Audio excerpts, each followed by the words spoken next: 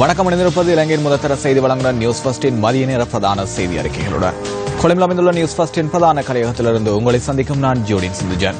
விரிவான செய்திகளுக்கு செல்லும் முன்னர் முதலில் தலைப்புச் செய்திகள். சிறுமி சேயாவின் கொலை தொடர்பில் முதலில் கைது செய்யப்பட்ட மாணவன் உள்ளிட்ட இருவரை விடுதலை செய்வதற்கு நீதிமன்றம் நடவடிக்கை.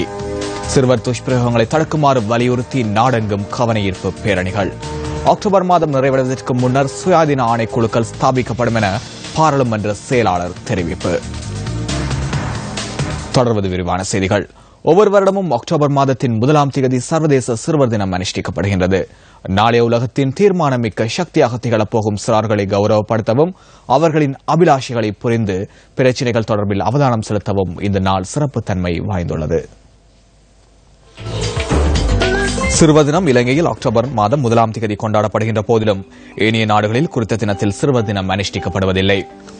இந்தியாவில் ஒவ்வொரு வருடமும் நவம்பர் மாதம் 14ஆம் தேதி சிறுவர் தினமாக கொண்டாடப்படுகின்றது.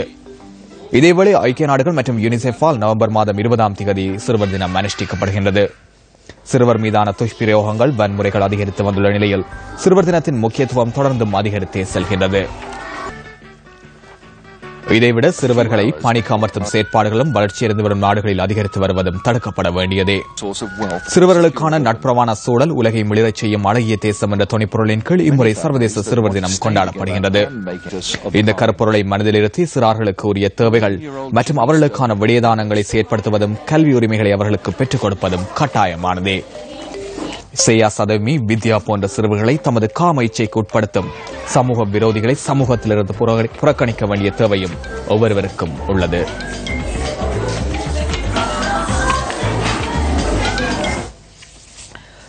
சர்வதேச சிறுவர் தினத்தை முன்னிட்டு நாடளாவிய ரீதியில் இன்று ஊர்வலங்களும் வைபவங்களும் இடம்பெற்று வருகின்றன.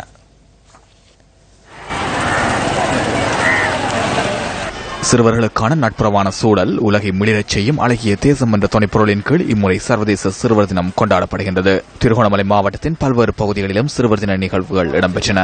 கிண்ணியா மத்திய கல்லூரி மாணவர்களினால் சிறுவர் உரிமைகள் தொடர்பான ஊர்வலம் முன்னெடுக்கப்பட்டது. ஊர்வலத்தில் கல்லூரி அதிபர் மாணவர்கள் உள்ளிட்ட பலர் கலந்து கொண்டிருந்தனர். இதேவேளை கிண்ணியா பூவரசன் தீவு மத்திய மகாவித்தியாலயத்தில் யுத்தம் மற்றும் இயற்கை அனர்த்தங்களினால் உயிரிழந்த சிறுவர்களை நினைவு கூர்ந்து 2 நிமிடம் மௌன அஞ்சலி செலுத்தப்பட்டது.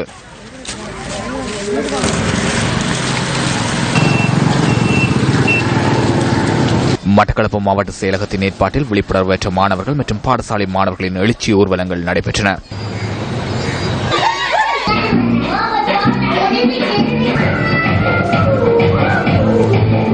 சிறுவர் தினத்தை முன்னிட்டு நடத்தப்பட்ட போட்டி நிகழ்ச்சிகளில் திறமைகளை வெளிக்காட்டிய மாணவர்களுக்கு இதன்போது சான்றிதழ்கள் வழங்கப்பட்டன.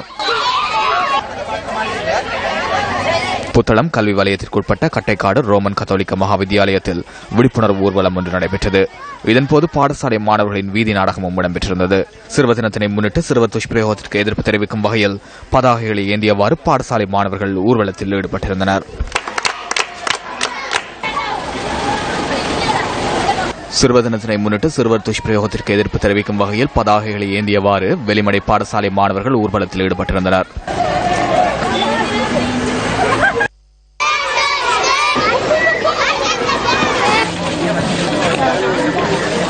சர்வதேச சிறுவர் தினத்தினை முன்னிட்டு பொகவந்தலாவை கேம்பியன் தமிழ் மகா வித்தியாலயத்திலும் இன்று கவனஈர்ப்பு பேரணி நடத்தப்பட்டது. சுரண்டலற்ற மாணவர் சமுதாயம், காலத்தின் தேவை, எல்லா வன்முறை மற்றும் துஷ்பிரயோகங்களிலிருந்து பாதுகாப்பை பெற உரிமை உண்டு போன்ற ஸ்லோகங்களை மாணவர்கள் ஏந்தியிருந்தனர். கேம்பியன் நகரிலிருந்து கேம்பியன் தமிழ் மகா வித்தியாலயம் வரை முன்னெடுக்கப்பட்ட இந்த பேரணியில் வீதி நாடகமும் இடம்பெற்றிருந்தமை குறிப்பிடத்தக்கது. கொடதனியாவ சிறுமி சேயா சதோமியின் கொலை தொடர்பில் கைது செய்யப்பட்ட மாணவன் மற்றும் ஒரு பிள்ளையின் தந்தை ஆகியோரை விடுதலை செய்வதற்காக இன்று நீதிமன்றத்தில் ஆஜர்படுத்துமாறு மினுவாங்குடை நீதவான் உத்தரவிட்டுள்ளார். இந்த கொலை சம்பவம் தொடர்பிலான வழக்கை இன்று விசாரணைக்கு எடுத்துக் கொள்ளுமாறு குற்றப்புலனாய்வு திணைக்களத்தின் தலைமை போலீஸ் இன்ஸ்பெக்டர் வேண்டுகோள் விடுத்திருந்தார்.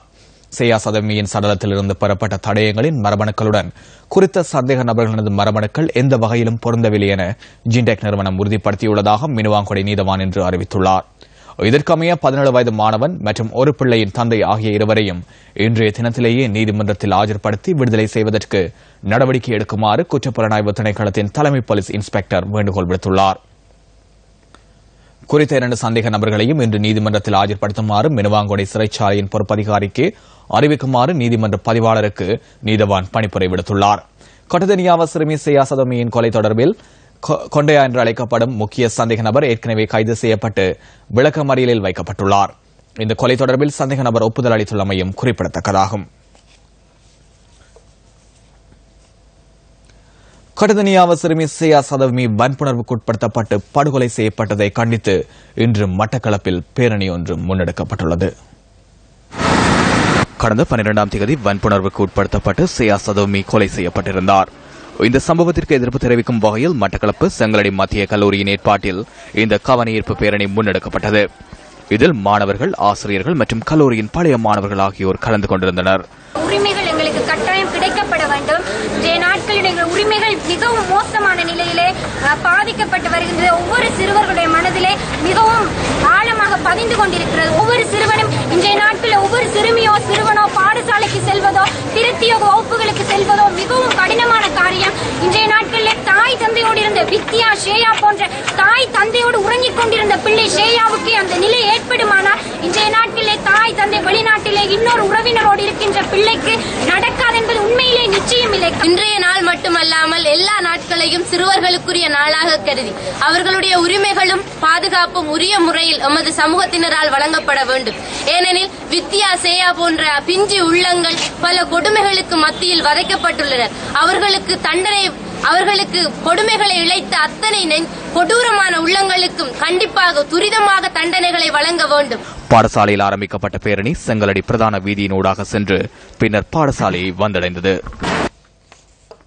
அக்கரைப்பற்று ஆலேடி வம்பு புளியபத்தை கிராமத்தில் 2 பிள்ளைகளை பாலியல் துஷ்பிரயோகத்திற்குட்படுத்த முயற்சித்த தந்தை ஒருவர் கைது செய்யப்பட்டுள்ளார்.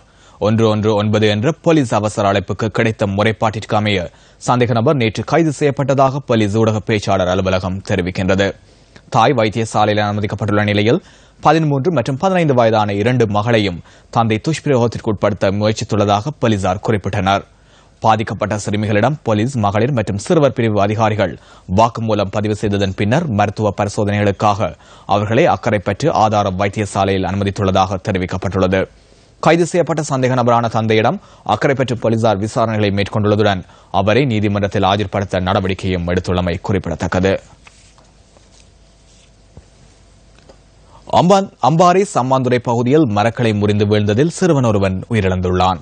இந்த சம்பவம் நேற்றிரவு இடம்பெற்றுள்ளதாக போலீசார் தெரிவிக்கின்றனர். சம்பாந்துறை காரைதீவு பகுதியைச் சேர்ந்த 6 வயது சிறுவனே அனர்த்தத்தில் உயிரிழந்துள்ளதாக போலீசார் குறிப்பிட்டனர். உயிரிழந்த சிறுவனின் சடலம் மீதான பிரேத பரிசோதனைகள் மேற்கொள்ளப்பட்டுள்ளதுடன் உறவினர்களிடம் சடலம் ஒப்படைக்கப்பட்டுள்ளது. சம்பவம் தொடர்பில் சம்மாந்துறை போலீசார் மேலதிக விசாரணைகளை மேற்கொண்டு வருகின்றமை குறிப்பிடத்தக்கது.